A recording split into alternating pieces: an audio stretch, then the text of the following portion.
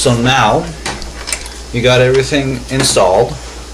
I'm going to try to put the mounting bracket back down before putting the CPU on, and hopefully that will work.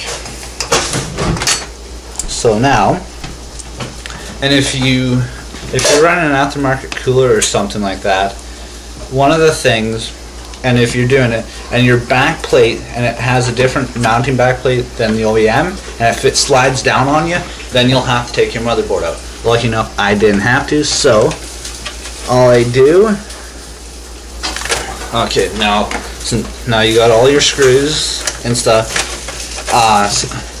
started down onto your motherboard, and I left myself more than enough room to get hopefully my power block or my water block back in. So all you do is push it down, lift up your thing, and there you go. And if you want to, I don't know if it's smart or not, but see, I don't have enough thermal compound on there. A little bit of the chip isn't getting enough thermal compound.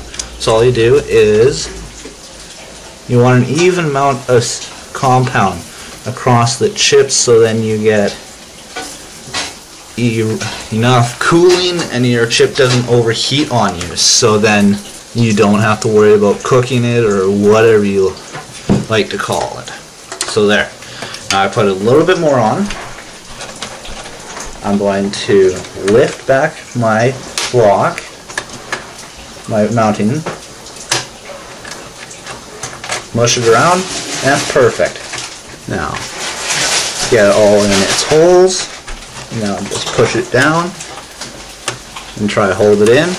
Now, like what I said earlier, what you'll want to do is don't want to go boom, boom, boom all the way in a square. You want to do it in crisscross. So that's one down. Now I'm going to hold it with the other hand and get the other side to be down. Once you feel it's a hair snug, then you know it's ready for the next. So there, and it's tight enough to let go of it. And now, and the AMD, the mounting brackets are all the same for AMD. For the AM2, AM2 Plus, AM3 are all the same mounting bracket style. Intel is the only different one that has like the 1155 and all that stuff. So I'm not too sure about it. So you want to get this thing mounted. You want to make it, you don't want too much tension on the board, but you want just enough. So once you just feel it snug, that's where you stop. So you don't want too much pressure on the motherboard and snap the motherboard or break the socket or the chip itself. So once it is nicely secure, once it's nice and snug, you know it's perfect.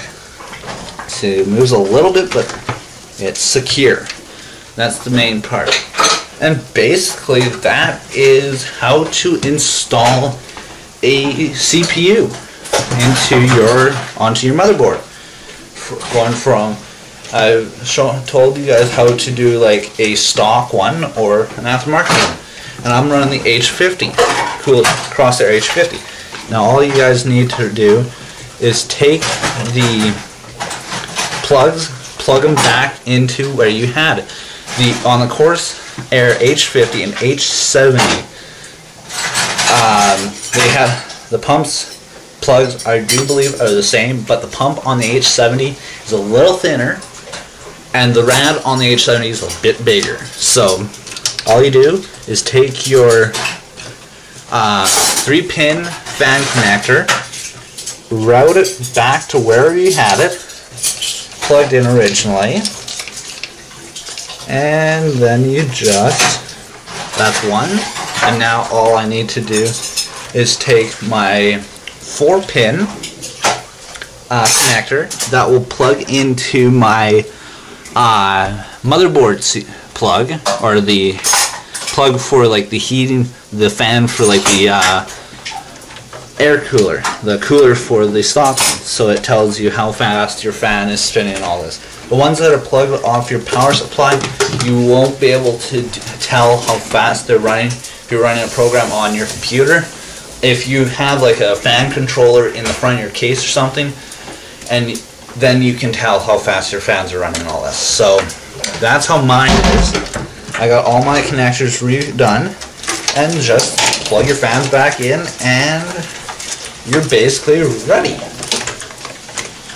to go. Now since you got your fans connected and all this, now all you have to do is put your side panel on. And however that goes on,